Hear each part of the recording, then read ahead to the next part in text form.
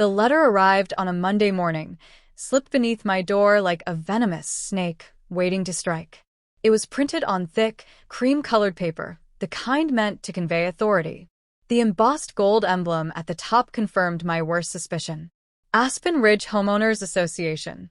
I sighed, dropping my bag onto the kitchen counter before tearing the envelope open. Dear Mr. Carter, as you may be aware, members of the Aspen Ridge Homeowners Association have the right to community cooperation as outlined in our bylaws.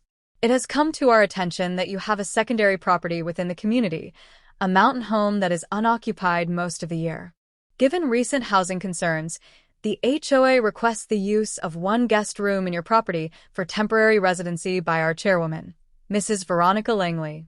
Please confirm your acceptance of this arrangement within 5 business days. I read it twice, then once more, in case exhaustion from my early morning hike had caused me to hallucinate the sheer absurdity of it. Veronica Langley. Of course, it was her. The self-appointed queen of Aspen Ridge. Veronica had ruled the HOA with an iron grip for years. She dictated lawn heights, mailbox colors, and even the acceptable shades of seasonal decorations. She once fined my neighbor $200 for putting up a Christmas wreath that wasn't on the approved list. And now, she wanted a room in my house? I tossed the letter onto the counter, shaking my head.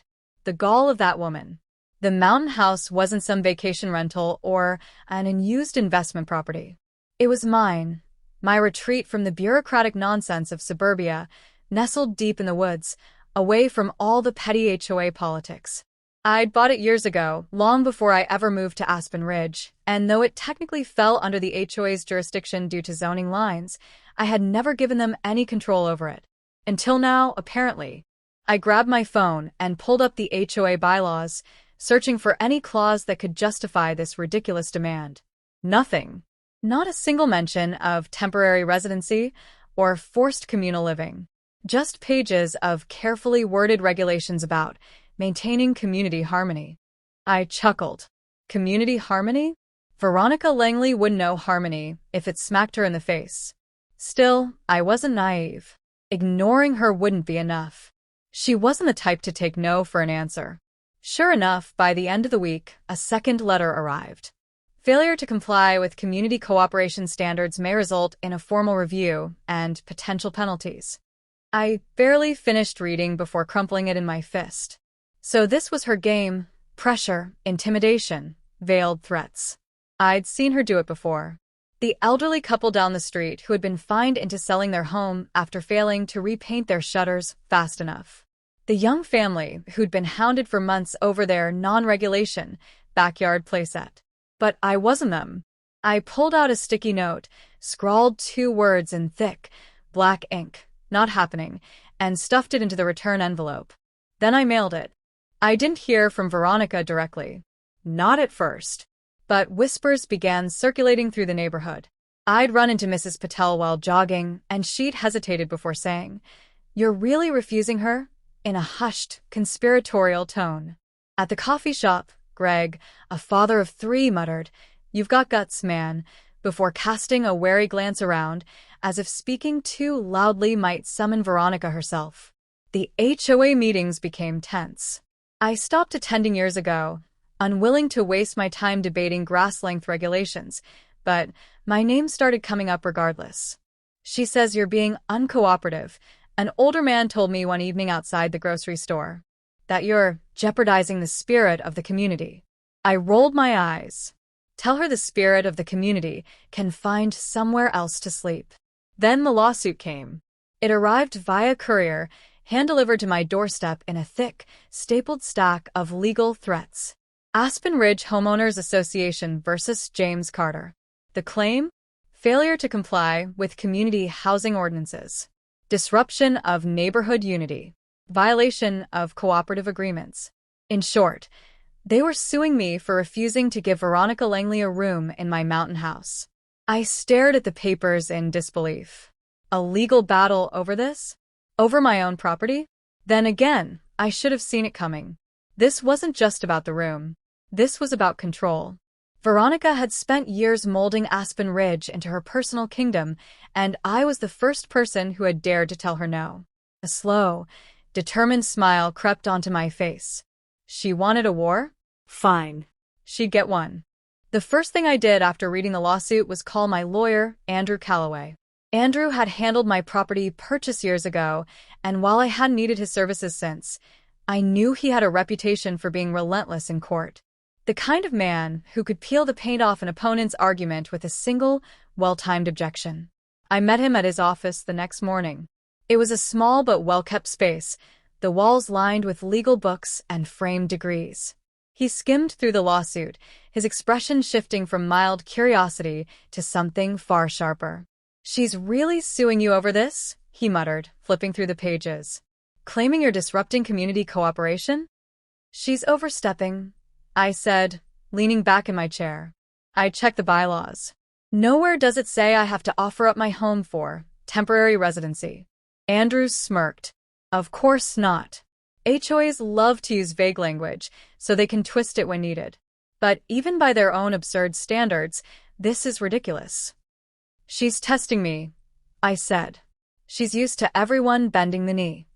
Andrews set the papers down and folded his hands. "Then let's not bend." The next 2 weeks were a storm of legal filings and whispered conversations. News spread fast through Aspen Ridge. Some homeowners were terrified, worried that if Veronica could force this on me, they might be next. Others, long tired of her overreach, quietly cheered me on. Veronica, however, was not one to back down. At the next HOA meeting, which I attended purely to witness the spectacle, she took the floor with all the composure of a monarch addressing unruly subjects. "This lawsuit is about fairness," she declared, her voice smooth but firm. "We must all do our part to maintain harmony in Aspen Ridge. If some of us refuse to contribute, what kind of community are we fostering?" She cast a pointed glance in my direction. I smirked and leaned back in my chair. A man in the crowd, Mr. Holloway, an elderly resident, raised his hand. "But the bylaws don't say anything about giving up rooms in private homes, do they?" Veronica's smile was tight. "The bylaws emphasize community cooperation. We must be willing to make sacrifices for the greater good." "Sounds more like a dictatorship than a community," I said. A murmur rippled through the room. Veronica's lips thinned. "If you refuse to cooperate, Mr. Carter, then you are willfully harming the neighborhood's unity. That is a serious offense." I met her gaze. "Then I guess I'm guilty." She moved forward with the lawsuit the very next day. Andrew and I met again as he prepared our defense. He sat across from me in his office, rolling a pen between his fingers. "She's pushing for a judge to rule that your refusal violates the HOA's governing principles. If that happens, it sets a precedent, and she can justify even more invasive policies." I exhaled sharply. "Then we have to stop her." "Oh, we will." Andrew's grin was sharp. "The good news is, she doesn't have a legal leg to stand on. The bad news? She knows it, which means she's going to play dirty." And play dirty she did. A week before the trial, I started receiving anonymous complaints. Notices from the HOA citing sudden violations at my primary residence, claims that my driveway was improperly maintained and that my lawn was overgrown. Then there were the emails. HOA memos sent to the entire neighborhood, subtly suggesting that my refusal was putting the community's reputation at risk. At the grocery store, a woman I barely knew clucked her tongue at me. "You should think about what's best for everyone, dear." Veronica was turning public opinion against me, trying to make me the villain. But what she didn't realize was that the more she pushed, the more people started seeing her for what she was. I wasn't the only one who had suffered under her rule. The more she weaponized the HOA, the more whispers of resentment spread. People who had once feared her began reconsidering their loyalty. The night before the trial, I received a phone call from an unknown number. I answered. "Carter." A hesitant voice came through the line. "Mr. Carter, this is Karen Holloway. My husband and I, well, we wanted to let you know you're not alone in this. There are more of us who want to see Veronica taken down." I straightened in my chair. "How many?" "Enough," she said. Enough to make a difference. I smiled. The battle lines had been drawn. The courtroom was packed. Homeowners filled the seats, whispering among themselves, some throwing cautious glances at Veronica Langley, who sat at the plaintiff's table, perfectly composed. Her sharp gray suit, manicured nails, and the way she held herself all screamed control. She had spent years ruling over Aspen Ridge like a queen, and today, she was determined to remind everyone why. I, however, had no intention of letting that happen. Andrew sat beside me, tapping a pen against his legal pad as the judge entered. He shot me a sideways glance. "You ready?" I smirked. "Born ready." The judge, a middle-aged woman with keen eyes, settled in and adjusted her glasses. "We are here today to hear arguments in the case of Aspen Ridge HOA v. James Carter. Plaintiff, you may proceed." Veronica's attorney, a stiff-looking man in an expensive suit, stood. "Your Honor, this case is about one thing: community cooperation. The Aspen Ridge HOA has clear principles in place to ensure all residents contribute to the neighborhood's well-being. Mr. Carter's refusal to allow temporary residency at his secondary property violates the spirit of our governing rules." Andrew leaned forward. "Objection, Your Honor. Spirit is not a legal standard." The judge glanced at the attorney. "Sustained. Continue, but keep it to enforceable bylaws." The attorney cleared his throat, shifting uncomfortably. "The HOA has discretion over how community members participate in cooperative efforts. Mr. Carter's refusal is disruptive and detrimental to the association's ability to function properly." Andrew stood smoothly. "Your Honor, my client's property is private.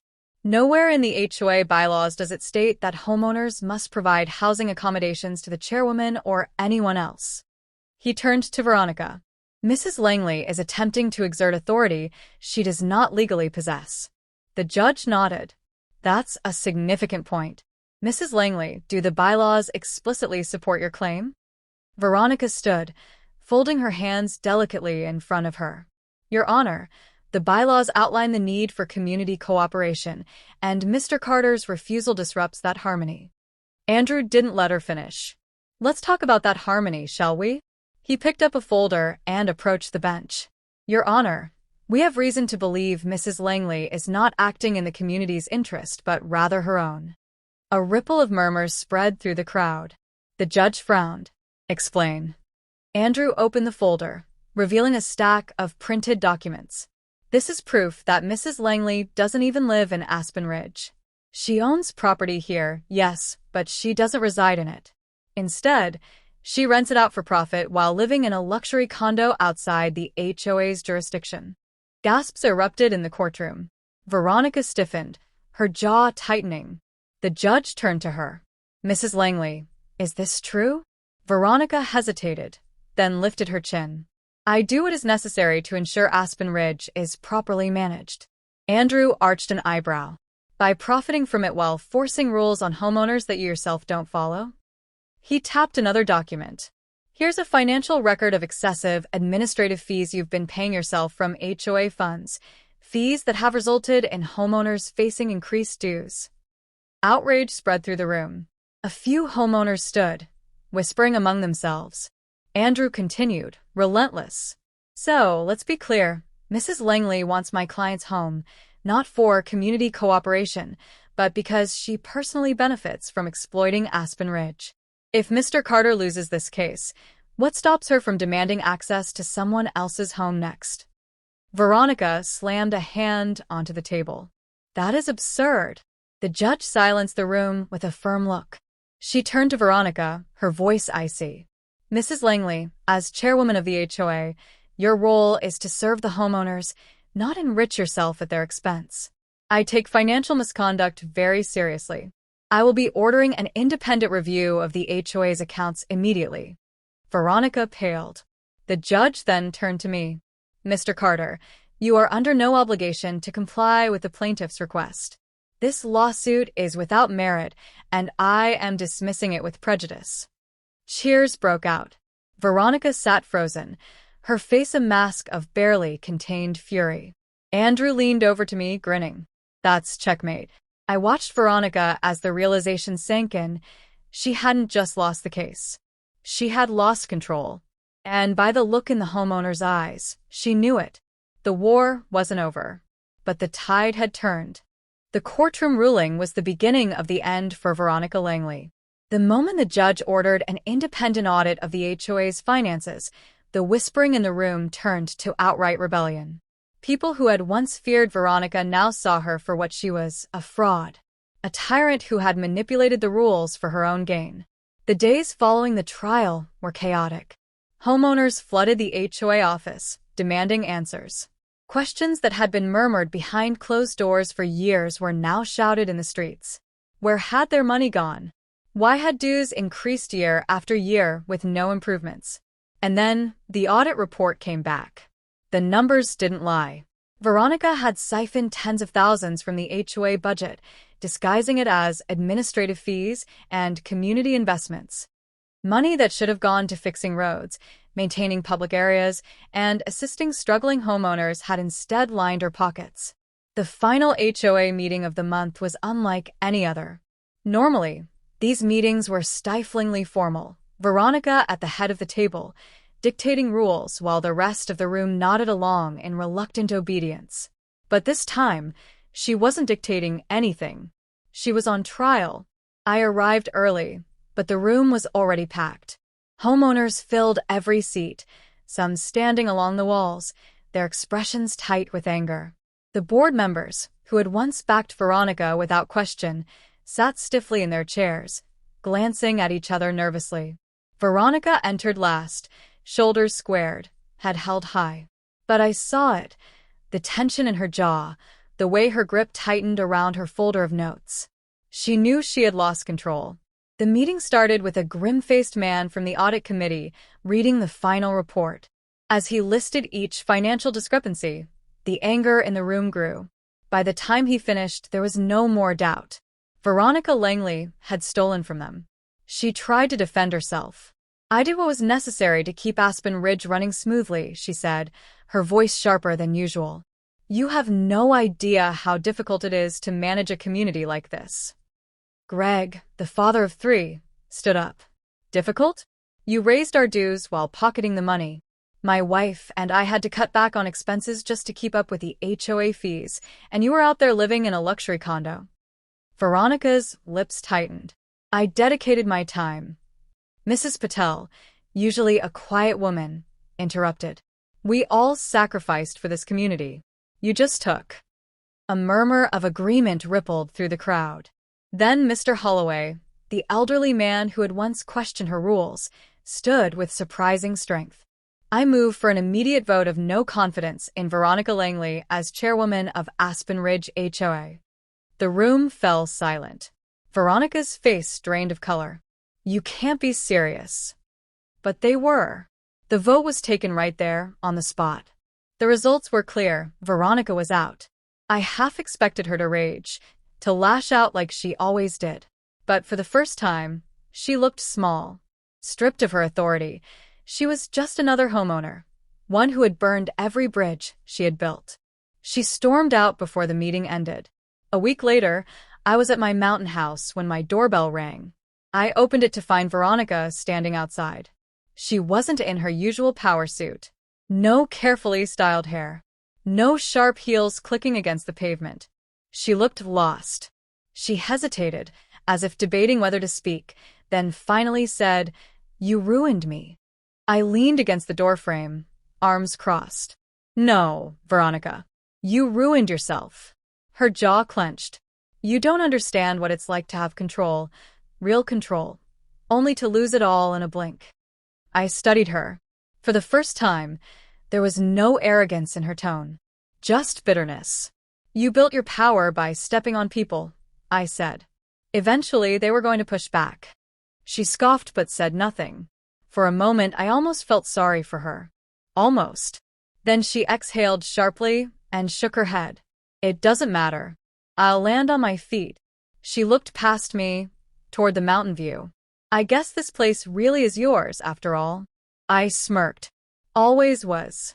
She didn't argue. With one last glance, she turned and walked away, disappearing down the gravel path. As I watched her go, I felt it, the weight of the battle lifting. The war was over. The mountain house was mine. And Aspen Ridge? It was finally free.